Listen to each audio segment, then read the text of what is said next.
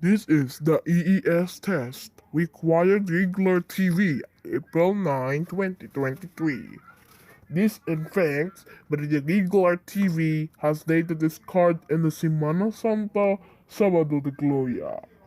It concludes this is a test with the required regular TV, April 9, 2023. We're shut down 4 o'clock in the afternoon. And this is a test with the EES test request regular TV.